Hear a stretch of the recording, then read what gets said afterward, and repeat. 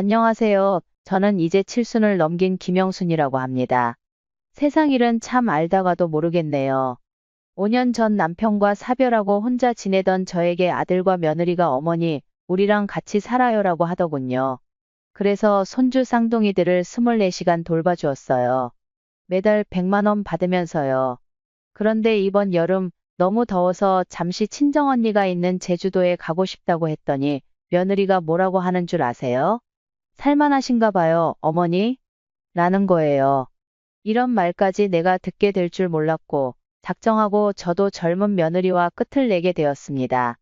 저는 1954년 경기도 남양주에서 태어났는데요. 이 무렵 태어난 제 또래분들은 잘 아시겠지만, 어린 시절은 전쟁 후의 분위기가 아주 강렬했습니다. 그저 먹고 사는 것만이 목적이었던 시기였지요. 저는 오남매 중 둘째로 넓은 논밭을 뛰어다니며 자연 속에서 자라났어요. 남자들이 귀한 집이었고 제 바로 위에 언니를 엄마처럼 의지하면서 살았답니다. 아무것도 없이 척박했던 남양주에서 힘들게 생활을 하면서도 저는 서울에 대한 꿈을 키웠습니다. 하지만 서울에서의 생활은 생각만큼 쉽지 않더군요. 처음에는 작은 봉제 공장에서 일하며 생활비를 벌기 시작했습니다. 여기도 언니의 친구로부터 어렵게 소개를 받은 곳이었는데요. 아무리 힘들어도 포기하지 않고 저녁 시간에 고등학교 야간반에 다니며 배움에 대한 갈증을 채워갔습니다. 20대 중반이 되면서 남편을 만나게 되었는데요. 이 사람은 서울에서 직장을 다니는 평범한 남자였어요. 짧은 연애 끝에 결혼을 결심하게 되었고 곧 서울 동작구에서 신혼생활을 시작하게 되었답니다. 우리는 크게 부유하지는 않았지만 서로를 의지하며 행복하게 살았습니다. 1979년 결혼한 지 몇 년 후 우리는 아들을 얻었습니다. 아들은 저에게 모든 것이었고 아들을 정말 열심히 키웠어요. 당신 같은 사람을 현모양처라고 하는 거지. 내가 맨날 바빠서 집을 비우는데도 우리 아들 상현이도 잘 키워주고 정말 고마워. 사실 당시의 시어머니는 무척 무뚝뚝한 성격이시고 그 밑에 있는 며느리들의 마음고생이 아주 심했어요. 남편은 막내이다 보니 그런 자기 어머니에게 큰 소리를 하지 못했고 저도 그 시대의 며느리들답게 순종하며 지냈어요. 한 번은 제가 김장하다가 몸살이 나서 알아누웠는데 그때도 어머니는 저더러 매섭게 말을 했었답니다. 누구나 그 정도 고생은 한다. 어디서 엄살을 피우고 있어? 암만 그래도 우리 손주 밥은 해먹여야지. 얼른 일어나서 밥 해먹여라. 어머니의 이런 차가운 말에 눈물도 났지만 그렇기에 더더욱 마음을 강하게 먹고 열심히 아들을 키웠고 단 한 번도 시댁에 신세를 져본 적이 없었어요. 제가 허리 수술을 할 때 남편이 한 번만 어머니께 맡기자고 했지만 저는 고개를 저었습니다. 내 자식을 누구한테 맡겨요. 금방 회복할 테니 걱정 말아요. 그만큼 저는 책임을 다해서 자식을 키웠고 넉넉지 않은 형편에서도 아들을 위한 것이라면 뭐든 다 해주었어요. 학원도 열심히 보내고 또래 엄마들과 어울리면서 교육 정보도 받고 이후 아들이 무던히 대학에 갈 때까지 정말 열심히 쫓아다녔답니다.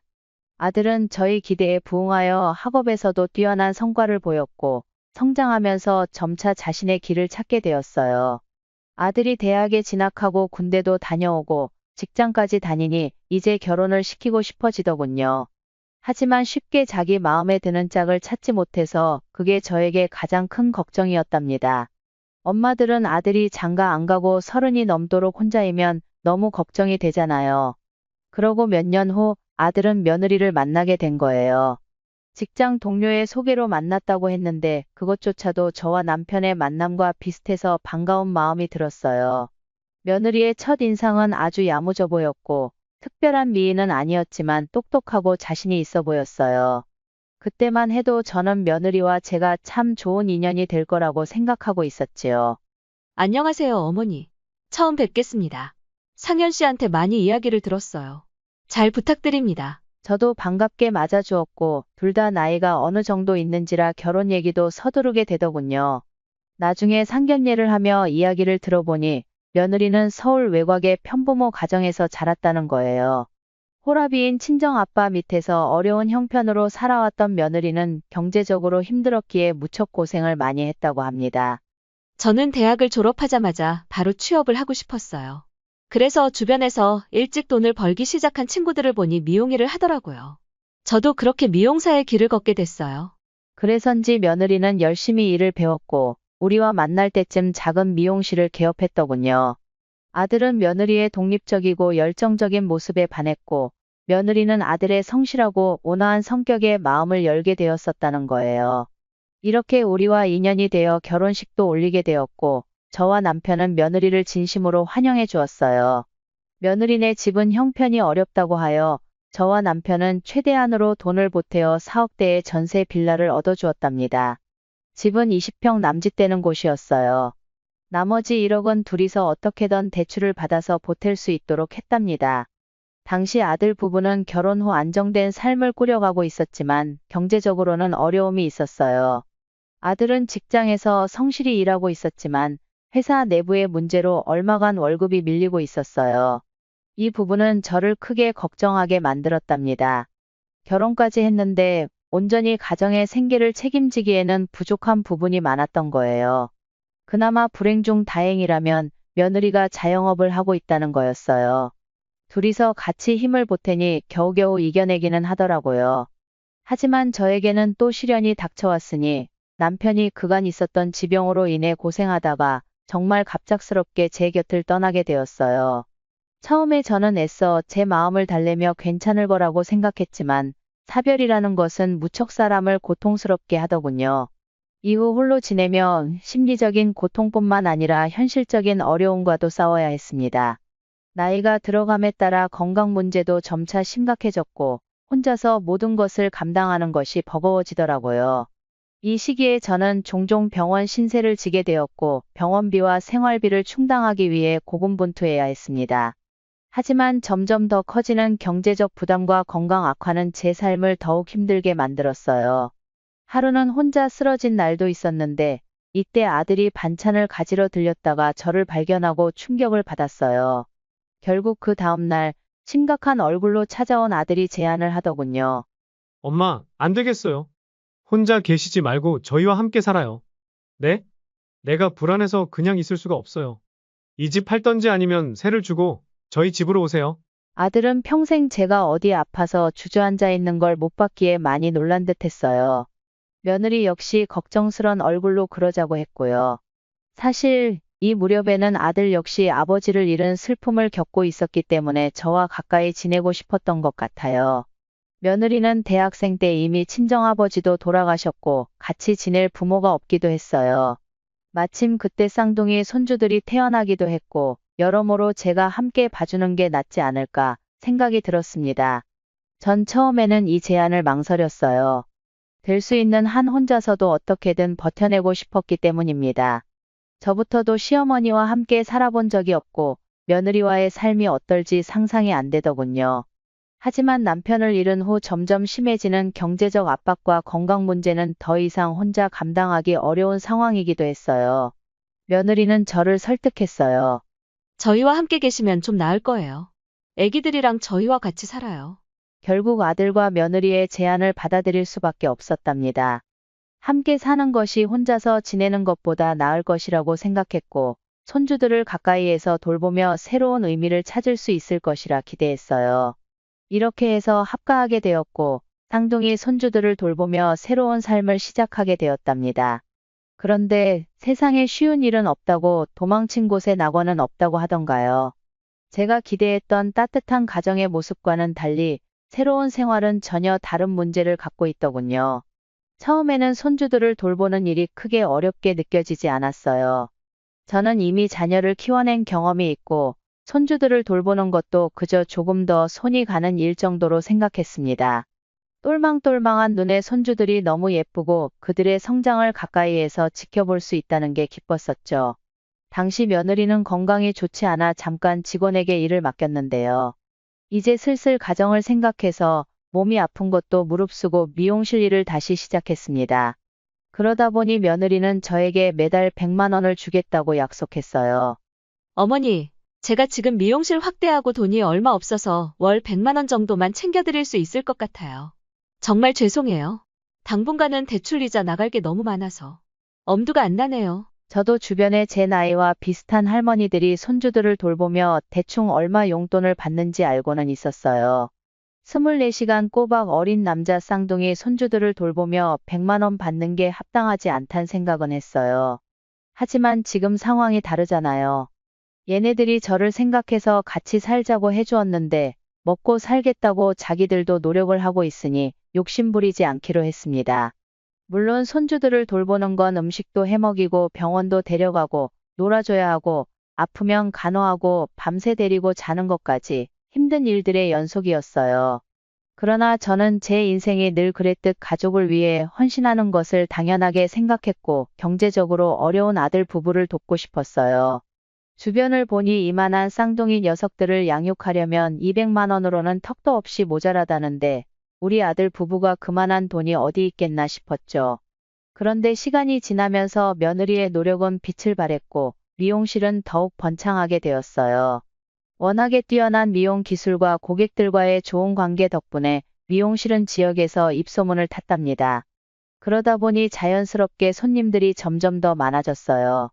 그러다 보니 며느리는 여기저기 모임도 나가고 얼굴을 알린답시고 유튜브 같은 곳도 나가고 차도 좋은 걸로 바꾸더라고요. 가족들을 위해서 더 큰 차로 바꾼다고는 했어요. 저도 요즘 몇몇 알아보는 업계 사람들도 있고 우리 쌍둥이들과 어머니, 남편 모두 다 같이 이동하려면 큰 차가 필요해서요. 큰맘 먹고 외제차를 뽑았어요. 저는 뭐가 뭔지 모르겠지만 아들도 보더니 깜짝 놀라더군요. 와, 이 차 진짜 비싸지 않아? 이거 감당 가능하겠어? 저도 초반에 걱정했지만 며느리는 점점 불러주는 곳이 많았고 수입이 꽤 많아지는 듯했어요. 직원을 더 뽑는다는 말도 들었으니까요. 한편으로 이게 제 욕심일지도 모르겠지만 우리 손주들을 봐주는 대가로 저에게 주는 돈은 여전히 변함이 없었어요. 며느리는 관리를 한다고 백화점에서 가방을 사고 한눈에 봐도 비싼 외국 화장품을 사고 저에게도 덩달아 선물을 주기도 했지만 저는 조금 씁쓸한 마음이 들었어요. 가끔 밖에서 비싼 식사를 대접해 주기도 했지만 며느리는 그때마다 힘들다는 소리만 할 뿐이었어요.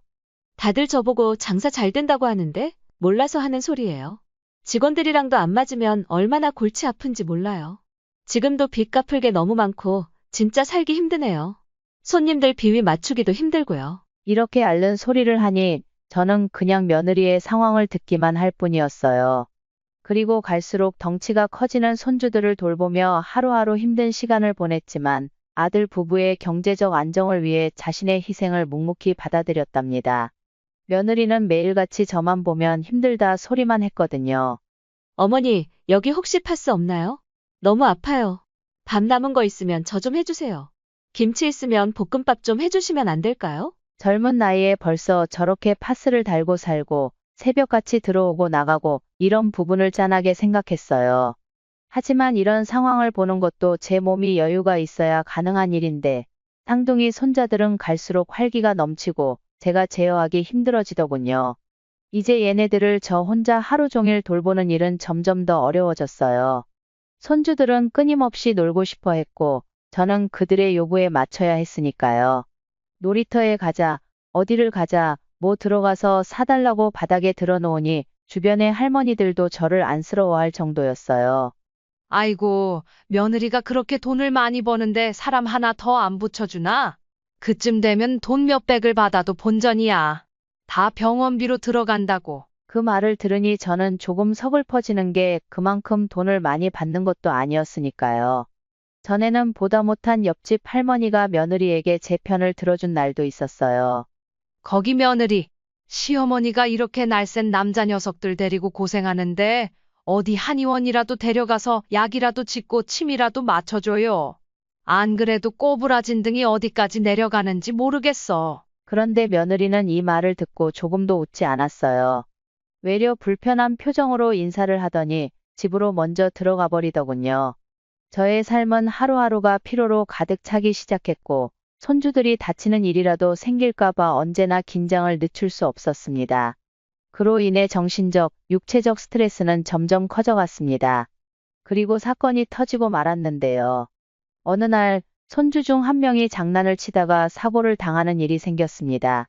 그날도 저는 하루 종일 쌍둥이들을 돌보며 지쳐 있었고 잠시 한눈을 판 사이에 놀이터에서 그네에 부딪힌 거예요. 아이는 울음을 터뜨렸고 저는 놀라서 달려가 바로 아이를 안아 올렸습니다. 다행히 크게 다친 것은 아니었으나 이 일을 며느리에게 어떻게 말해야 할지 고민이 되더라고요. 애 봐주는 공이 없다고 하는데 정말 이때 절실하게 느꼈어요. 하루 종일 봐줘놓고 이 상처 하나에 며느리 얼굴 보기에 면목이 없었으니까요. 며느리가 집에 돌아왔을 때 저는 며느리의 눈치를 보며 조심스럽게 손자가 다친 이야기를 꺼냈습니다. 며느리는 순간 얼굴이 굳어지더니 저에게 냉정한 말투로 말했습니다. 어머니, 아이를 그렇게 돌보시면 어떻게 해요? 크게 다치기라도 하면 어쩌려고요? 며느리의 말은 마치 제가 의도적으로 손자를 다치게 했다는 듯한 뉘앙스였습니다. 저는 자신이 잘못한 것처럼 느껴져 며느리의 눈치를 보며 사과했습니다. 며느리는 더 이상 말을 잇지 않았지만 그날 이후 저는 손자들을 돌보는 일이 더욱 부담스럽게 느껴졌습니다. 시간이 지나면서 저희 피로는 점점 쌓여갔습니다. 손자들이 밤새 울고 보칠 때마다 잠을 설치는 날이 많아졌고 아침이 되면 온몸이 쑤시고 아픈 날이 이어졌습니다. 더구나 이제 막 어린이집을 다니게 된 손자들이 자주 아프기도 해서 병원에 데려가야 하는 일이 많았습니다.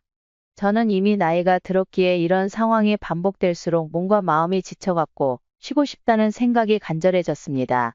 하지만 아들과 며느리가 일에 바빠 도와줄 여유가 없는 상황에서 저는 혼자서 이 모든 일을 감당해야 한다는 사실에 더더욱 힘들어졌습니다.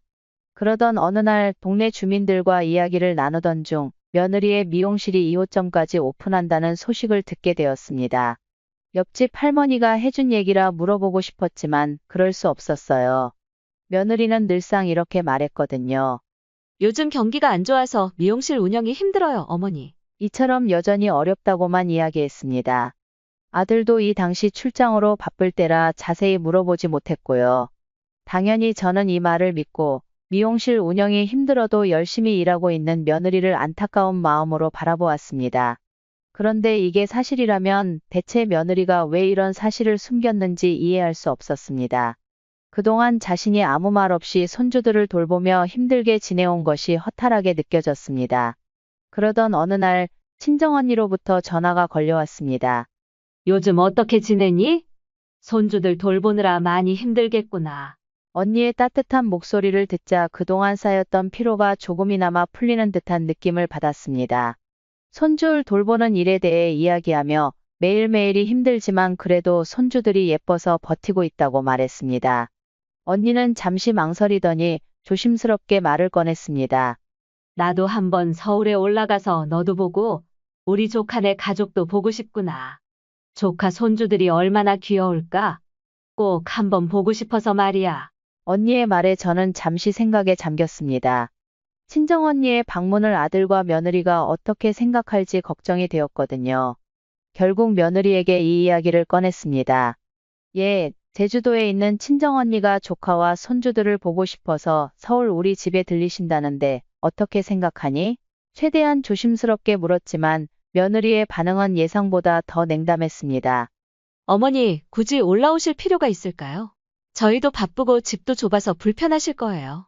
손주들도 아직 어리니까 집이 시끄러울 텐데 이모님께서 불편해하실 것 같아요. 며느리의 말은 그럴듯하게 들렸지만 전 그 말 속에 담긴 거절의 의미를 바로 알아챘습니다. 우리 언니가 오는 것이 달갑지 않았던 거죠. 저는 이 반응에 무척 속이 상했지만 더 이상 강하게 주장하지 못했습니다. 그러나 언니의 마음을 생각하면 안타까운 마음을 감출 수 없었고 한 번 더 며느리에게 조심스럽게 이야기를 꺼냈습니다. 그러면 내가 제주도에 다녀오는 건 어떠니? 언니가 많이 보고 싶어 하시고 나도 조금 쉬고 오면 좋을 것 같아서 말이야. 그 말을 들은 며느리는 순간 얼굴이 굳어지더니 저를 향해 차갑게 묻더군요. 네? 제주도요? 어머니는 살만하신가 봐요. 젊은 우리는 일하느라 먹고 살기 바쁜데 어머니는 여유롭게 제주도까지 다녀오고 싶으신 거예요. 며느리의 말에 저는 잠시나마 충격을 받아 아무 말도 할 수 없었습니다. 제가 며칠 쉬고 싶다는 생각을 이기적으로 여기는 며느리의 태도는 마음에 깊은 상처를 남겼습니다. 아무튼 어머니, 지금은 절대 안 돼요.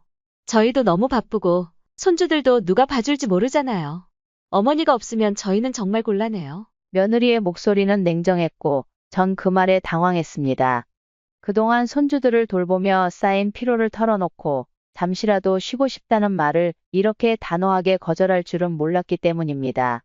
아들 역시 제 편이 아니더라고요. 제가 자기들 상황을 이해하지 못하고 있다고 생각하며 혀를 찢찢 찼어요. 제주도? 아이고, 엄마. 우리도 좀 쉬고 싶다. 라고 말했습니다. 아들은 제가 손자들을 돌보는 것이 당연하다고 여겼고 힘들다고 말하는 것에 대해선 이해하지 못하더군요. 아들만은 저를 이해해 줄 것이라는 기대를 가지고 있었지만 이런 반응은 오히려 저를 더 서글프게 만들었습니다. 그러면서 며느리는 힘들다면서 곧 이사를 갈 예정이라고 하더군요. 이제 집도 작아지고 애들 키우기도 버겁고 이사도 하고 할 거예요. 위치를 말하는데 여기서 버스로 30분 걸리는 곳이었어요. 동네 할머니들과 멀어지게 되어 더 외로워질 것 같았는데 며느리는 그곳이 자기 이호점과 가까워서 일하기 편하다며 말 실수를 해버리고 말았어요. 그 말에 저는 곧장 물었습니다. 예, 너 이호점은 계획에 없다고 하더니 언제 오픈을 했니? 장사가 잘 되는 모양이구나. 집도 이사를 한다고 하고. 그러자 며느리는 얼굴이 굳어지더니 그렇게 되었다. 최근에 한 거고 자기도 돈 없어서 힘들게 오픈했다고 둘러대더군요. 아들은 옆에서 며느리가 능력이 좋다고 너스레를 떠는데 서글픈 느낌이 들었어요. 저는 여기서 온전히 가족으로 존중받지 못하는 느낌이었습니다. 나는 너무 화가 나서 며느리에게 따졌습니다. 너 어떻게 그럴 수 있니? 이사의 이호점에. 장사도 잘 되면서 너는 너 할 거 해가면서 돈 벌고 나는 지금 이렇게 지쳐서 고작 며칠 잠깐 친정언니네 가겠다는데 애 봐줄 사람 없어서 나더러 가지 말라는 거냐? 그런 거 아니에요. 어머니 왜 말씀을 그렇게 하세요? 며느리는 당황했지만 본심을 들킨 것 같은 표정이었습니다. 내가 지금 화가 안 나게 생겼냐? 몸 여기저기 안 아픈 데가 없어. 내가 발목이 나가고 무릎도 아파 죽겠는데 이 두 녀석들 안고 돌보느라 얼마나 힘든지 아냐? 동네 할머니들은 내가 돈 100만 원 받고 일하는 걸 알고 놀라더라. 24시간 끼고 있는 내가 다른 할머니들보다 한참 적게 받는 거 알고 놀랐다. 그래도 난 너한테 한마디 한 적이 없어. 그러자 며느리는 같이 화를 내기 시작했어요. 아, 이제 알겠네. 돈 좀 올려달라 이 말씀이세요? 어머니도 참 돌려서 말씀 잘하시네요. 하고 싶은 말이 있으시면 똑바로 하세요. 뭐라고? 너 그게 어디서 하는 말버릇이냐? 제가 틀린 말 했어요? 돈 더 달라고 지금 화내시는 거잖아요. 근데 제가 말씀드렸지만 이제 아셨으니 더 숨길 것도 없네요. 근데 저 이호점 차린 거 돈이 넘쳐나서 한 거 아니거든요. 사업이란 게 다 그런 거예요. 어머니는 모르시겠지만요. 너 보자 보자 하니 정말. 아무튼 저는 더 열심히 일해야 해요. 이사 가려고 대출도 더 땡겨서 받았고요. 가서 좀 안정되면 그때 돈 더 올려드릴게요. 100만 원 올려드리면 돼요. 세상에. 너 대체 나를 뭘로 보는 거냐? 돈 갖고 지금 장난질하냐? 그럼 어떻게 하라고요? 왜 어머니답지 않게 이렇게 짜증을 내세요? 저는 이 대화를 끝으로 너무너무 분노가 치밀었고 곧장 애들 앞에서 짐을 싸서 집 밖으로 나왔습니다. 그 와중에 마땅히 갈 곳도 없어서 마음이 힘들더군요. 기껏해야 이 아파트 공원밖에 갈 수 없다는 게 저를 더 슬프게 했고 뒤에 아들이 저를 데리러 와서 들어갔으나 며느리의 싸늘한 시선이 저를 마음 아프게 했습니다. 저는 다음날 나와서 택시를 타고 공항으로 갔습니다. 그때 아들로부터 전화가 걸려와서 엄마 어디 있냐고 묻더군요. 나 지금 김포공항이다. 네 이모한테 갈 거야. 아, 엄마, 왜 그래요, 진짜? 내가 어제 알아듣게 잘 설명했잖아. 애들은 어디 있어요, 그럼? 어린이집에 맡기고 왔어. 뒷일은 니들이 알아서 해라. 그러고 저는 전화를 끊었고 친정언니와 밤새 통화를 했기에 급하게 형부가 끊어준 비행기 티켓으로 제주도로 갔습니다. 그간 애들이 준 돈 한 푼 쓰지 않고 모았기 때문에 돈이 아예 없지는 않았고 그대로 친정언니와 만나 언니 집으로 가서 지내게 되었어요. 언니는 자식들이 다 장성해서 서울로 와 있기에 집에 빈 공간이 있어 그곳에 저도 묵게 되었어요. 도착하자마자 며느리에게 전화가 3-4통 걸려왔으나 저는 무시하고 받지 않았어요. 끝끝내 받지 않았고 그 다음 날도 아들이 우리 언니에게 전화를 걸었기에 겨우 제가 다시 받았습니다. 아들 얘기를 들어보니 집은 난장판이 되었더군요. 엄마, 지금 집이 난리야. 애들 돌아가면서 아프고 할머니 없다고 엉엉 울어. 어린이집도 못 보냈고 나도 지금 휴가 내서 애 보고 있어. 내일은 어떻게 해야 될지 모르겠어. 나는 할 말 없다. 네 와이프한테 제대로 나한테 사과하라고 해. 결국 며느리는 전화를 걸어왔지만 퉁명스럽게 말하며 사과는 안 하고 서운하단 식으로 말하더군요. 그러면서도 아직도 목이 뻣뻣해서는 저를 용서할 수 없다는 투로 조건을 내걸었습니다. 어머니 마음도 알겠지만 아무리 그래도 이렇게 손주들을 팽개치고 가시는 건 진짜 너무 하시네요. 좋아요. 저도 오늘 너무 불편했고 앞으로도 대책이 없으니 말씀하신 대로 월 200만 원으로 올려드릴게요. 그 이상은 안 돼요. 저는 너무 어이가 없어서 이렇게 말했습니다. 200만 원? 웃기지도 않는다. 1000만 원 줄 거 아니면 전화하지 마. 뭐요? 1000만 원? 어머니 제정신이세요? 어디 아프신 거 아니에요? 어디 아픈 건 너 아니냐? 내가 왜 네 비위에 맞춰서 해줘야 하냐? 몇 년간 손주들 끼고 아프면 업고 병원 가고 다치면 약 발라주고 못 먹으면 일일이 다 해먹여가면서 그렇게 키웠다. 손주들이 나 없으니 울고불고 난리가 났다며? 그만큼 내가 열심히 키웠다는 증거야. 누가 뭐래요? 어머니 잘하셨다고 했잖아요. 칭찬해드리잖아요.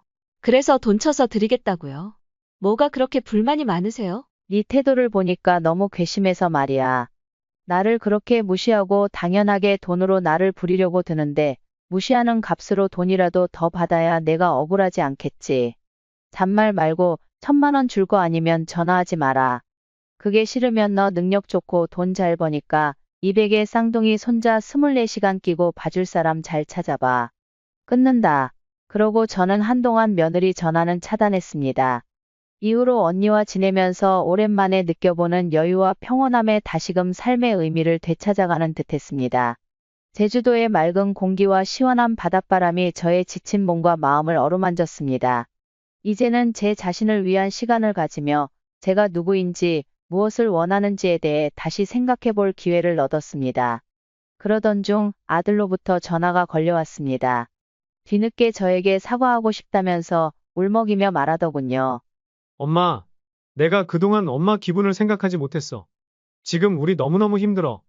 애들도 아파서 어린이집 보내다가 또 아파서 집에 있고, 와이프도 직원들한테 가게 맡기고, 집에 다시 있어야 될 정도야. 우리 진짜 많이 반성하고 있어. 이 사람 차마 엄마한테 전화를 못하겠대. 여기까지 들으니 저도 손주들이 짠하게 생각되었고 내 품에 안겨 귀여운 미소를 짓고 매달리던 녀석들이 보고 싶기도 했습니다. 하지만 얼마간 제주도에 지내면서 저는 마음을 굳힌 바가 있습니다. 내가 아들 부부와 지내면서 편한 대로 다 맞춰주는 게 과연 서로에게 좋은 것일까? 누구 한쪽이라도 고생하는 부분이 있다면 그만해야겠다는 생각이 들었습니다.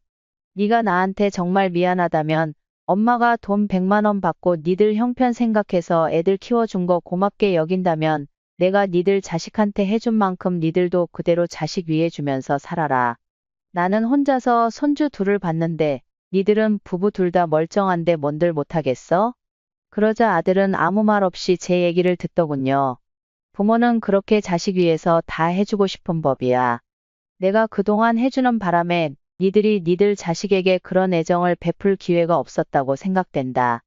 힘들고 돈 좀 못 벌어도 어련히 내 자식을 누가 돌봐주겠지 하고 맡겨버리면 그게 진짜 자식을 위한 거라고 볼 수 있겠어? 저는 이 말을 끝으로 전화를 끊었습니다. 앞으로 손주들 소식을 들려주는 건 좋지만 나더러 다시 돌아가서 봐달라고 하는 건 싫다. 돈 1000만 원 그 이상을 준대도 싫어. 엄마도 쉽지 않은 인생 살았지만 너 키우면서 어디에 앓는 소리 안 했다. 네 와이프랑 둘이서 잘 해봐라. 아들은 잠시 말이 없었지만 결국 제 결정을 존중하기로 했습니다. 나중에 얘기를 들어보니 며느리는 결국 그 이호점을 처분하는 상황에 이르렀더군요. 그래서 이사도 무산되었고 원래 살던 집에서 미용실 하나만 운영하며 자기 자식들을 오며 가며 돌보는 처지가 되었다고 합니다. 이제야 아들 부부는 제가 그동안 손주들을 돌보며 얼마나 큰 일을 해왔는지 그리고 그로 인해 그들이 얼마나 많은 시간을 절약할 수 있었는지를 깨닫게 되었다고 합니다. 저 한 사람에게 돈 100만 원만 줘가며 돈을 아끼려 했던 며느리는 수억의 손해를 입게 되었습니다. 안타까운 마음도 들었지만 저는 더 이상 신경 쓰지 않기로 했습니다. 그 뒤로 아들은 가정에서 생기는 문제는 더 이상 저에게 얘기하지 않고 이틀에 한 번씩 손주들과 영상통화를 시켜주고 있습니다.